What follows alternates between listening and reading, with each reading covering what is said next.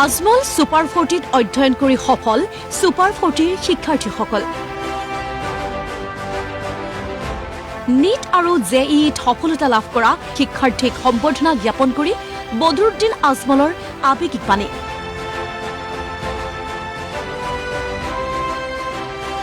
ধনৰ অভাৱৰ বাবে বহু পিতৃয়ে নিজৰ বাবে ক্ৰয় নকৰে চেণ্ডেলযোৰো, বিপৰীতে ক্ৰয় কৰে সন্তানে বিচৰা সামগ্ৰী। আজমল ফাউণ্ডেশ্যনত অধ্যয়ন কৰি শিক্ষাৰ্থীসকল চিকিৎসক, অভিযন্তা হ'ব। তাৰ পাছত পিতৃ মাতৃক শুশ্ৰূষা কৰা দায়িত্ব পালন কৰিব লাগিব। जिस मां ने तुम्हें 23 साल पाल के बड़ा किया, आज तुम डॉक्टर बन जाओगी, कल इंजीनियर बन जाओगे, माँ को कभी ये नहीं कहोगे कि माँ तुझे कुछ भी नहीं।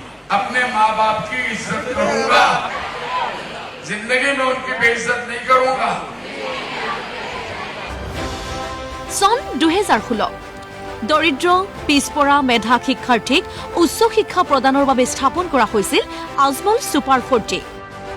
তেতিয়াৰে পৰা আজমল ফাউণ্ডেশ্যনৰ উদ্যোগত নিৰৱচ্ছিন্নভাৱে সুখ্যাতিৰে সৰ্বভাৰতীয় প্ৰেক্ষাপটত নাম উজ্বলাবলৈ সক্ষম হৈছে শিক্ষাৰ্থীসকলে। 2025 বৰ্ষতো আজমল সুপাৰ 40ৰ বৃহৎ সফলতা। নীটত 720 নম্বৰৰ ভিতৰত 606 নম্বৰ লাভ কৰি আজমল সুপাৰ 40ৰ ভিতৰত শীৰ্ষস্থান দখল কৰে হিমন্ত পৰাণ শইকীয়াই। জলুজাইত নামৰ শিক্ষাৰ্থীগৰাকীয়ে 588 নম্বৰ লাভ কৰি ST বিভাগত দেশৰ ভিতৰত 15 নম্বৰ স্থান লাভ কৰে। হিমন্ত শইকীয়াই এইমছ ৰায়পুৰত নামভৰ্তিৰ সুযোগ লাভ কৰাৰ লগতে আন শিক্ষাৰ্থীসকলেও এইমছকে ধৰি আন আগশাৰীৰ চিকিৎসা মহাবিদ্যালয়ত নামভৰ্তিৰ সুযোগ লাভ কৰিবলৈ সক্ষম হয়। জেইইটো সফলতা আজমল সুপাৰ 40ৰ বহুকেইজন শিক্ষাৰ্থীৰ। IIT গুৱাহাটীত Indrajit Timung, IIT খড়গপুৰত Sounak Dutta Choudhury, IIT ধানবাদত Gautam Deori, IIT ইন্দিৰত চিনাম চানুৱে নামভৰ্তিৰ সুযোগ লাভ কৰিছে। উল্লেখযোগ্য যে আজমল সুপাৰ 40ত অধ্যয়ন কৰি বৰ্তমানলৈকে 18শৰো অধিক শিক্ষাৰ্থীয়ে চিকিৎসা বিজ্ঞান আৰু 200ৰো অধিক শিক্ষাৰ্থীয়ে অভিযান্ত্ৰিক শিক্ষা লাভৰ সুবিধা পাইছে। আজমল 40ত অধ্যয়ন কৰা অধিকাংশই আৰ্থিকভাৱে পিছপৰা। আৰ্থিকভাৱে দুৰ্বল পৰিয়ালৰ সপোন পূৰণ কৰিবলৈ বিনামূলীয়া কোচিং, জলপানী প্ৰদান কৰি শিক্ষাদান কৰে।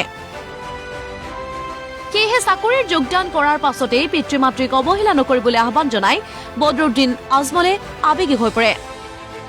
একাংশই পিতৃ মাতৃক অৱহেলা কৰে, কিন্তু পাহৰিব নালাগে যে পিতৃ মাতৃৰ সেৱাই পৰম সেৱা। बड़े अफसोस की बात है, आप 75%, 80% बच्चे गरीब घरों के बहुत जल्दी भूल जाते हैं कि हम भी गरीब थे। मैं अपने जीवन को दूसरे के लिए कुर्बान करूंगा या करूंगी। अपनी जिंदगी में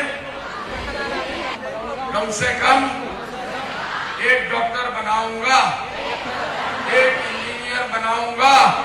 লগতে আগন্তুক সময়ত আৰ্থিকভাৱে দুৰ্বল শিক্ষাৰ্থীক সহায় কৰিবলৈ আহ্বান জনাই সভাত উপস্থিত থকা শিক্ষাৰ্থীসকলক। হোজাইৰ Mariam Ajmal women's college of science and টেকনলজিৰ চৌহদত 7 সহস্ৰাধিক শিক্ষাৰ্থীৰ উপস্থিতিত বিশাল সভাত সম্বৰ্ধনা জ্ঞাপন কৰা হয় কৃতি শিক্ষাৰ্থীক।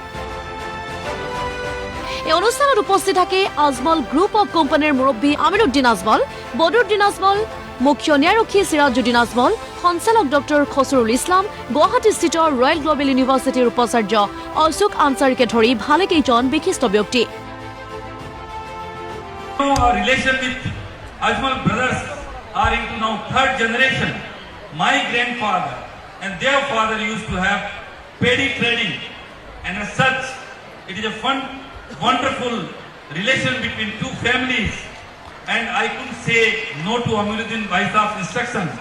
But Bhai Sahab, मेरे को ये पता नहीं था कि आज का ये आयोजन इतना विशाल आयोजन होने वाला है।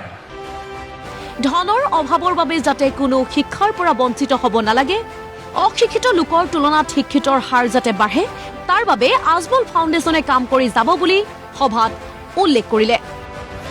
যে আমাৰ আজমল সুপাৰ 40ৰ পৰা এই বছৰ মেডিকেলত 563 ষ্টুডেণ্টে অল ইণ্ডিয়াৰ বিভিন্ন মেডিকেল কলেজ তথা অসমৰ বিভিন্ন মেডিকেল কলেজত স্থান লাভ কৰিছে।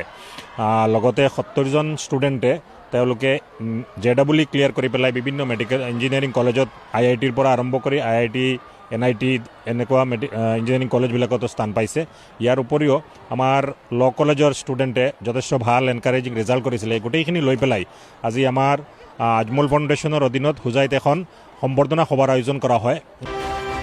নগাঁৱৰ পৰা বীৰেন বৰাৰ ৰিপৰ্ট, প্ৰতিদিন টাইম।